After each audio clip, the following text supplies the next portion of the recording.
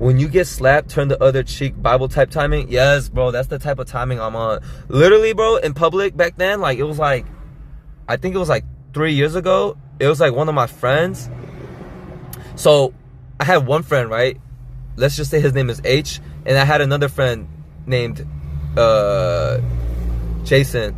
Not JasonTheWeen, but like I had a friend back at home named Jason too. So what Jason did was, he put on one day, like my friend H, his head was down and he was on his phone scrolling, right? And then my friend Jason went up to him and kind of pranked him and got a little bit of jam, like strawberry jam, and like kind of got a spoonful and like placed it on the back of H's ear. H gets up, and this is at a public diner. H gets up and was like, yo, who the fuck did that, bro? Who put the fucking jam on my head? And we were like with our boys and shit, everybody giggling this shit, right? And then in the friend group, H knows that I'm not the type of guy to like get all physical and start a fight, because he knows like I'm like normally like just a chill dude, you know? Like I'm not like a confrontational type of person, okay?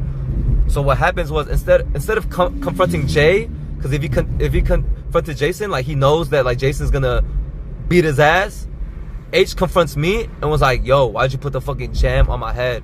I'm like, bruh, I didn't.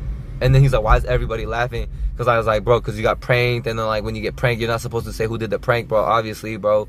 So then what happened was, H, he slapped me in the back of the head in front of the restaurant while everybody was watching, because he was like raising his voice and shit. And then like in that moment, and then he got some of the jam and then he slapped it on my left cheek, bro. And in that moment, I was so heated, but I had to keep in mind, I'm 185 pounds. This little fucking pipsqueak H is like fucking 140. If I really want to beat his ass, I probably would have beat his ass in the restaurant, but then that would have fucking fucked up everything, would have fucked up the vibes, would have fucked up the friendship, would have fucked up everything. So in that moment, I chose to be a bigger man and not beat his ass, bro, even though I could have beat his ass, surely, bro. But, bruh, this is a true story, bro. This is a true story. So like, I had to be calm and collected. I didn't fight. I had to be the Thorfinn, bigger picture. So ever since then, like, that's just an example. I've always been like a non-confrontational type of person, bro. Yeah, I'm not gonna lie, I was so pissed and I was so shocked. But like I knew he was gonna press me, because he knows I'm not the type of guy to start a fight.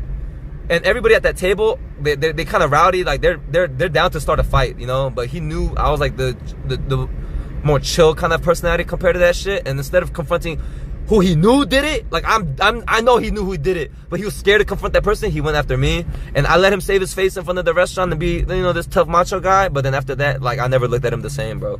I never looked at him the same, bro.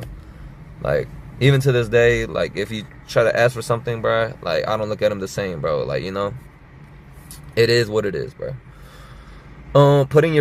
Putting your hands on anyone you consider a friend is wild. I mean, shit, bro, it is wild. That's why, like, he lost my trust big time. And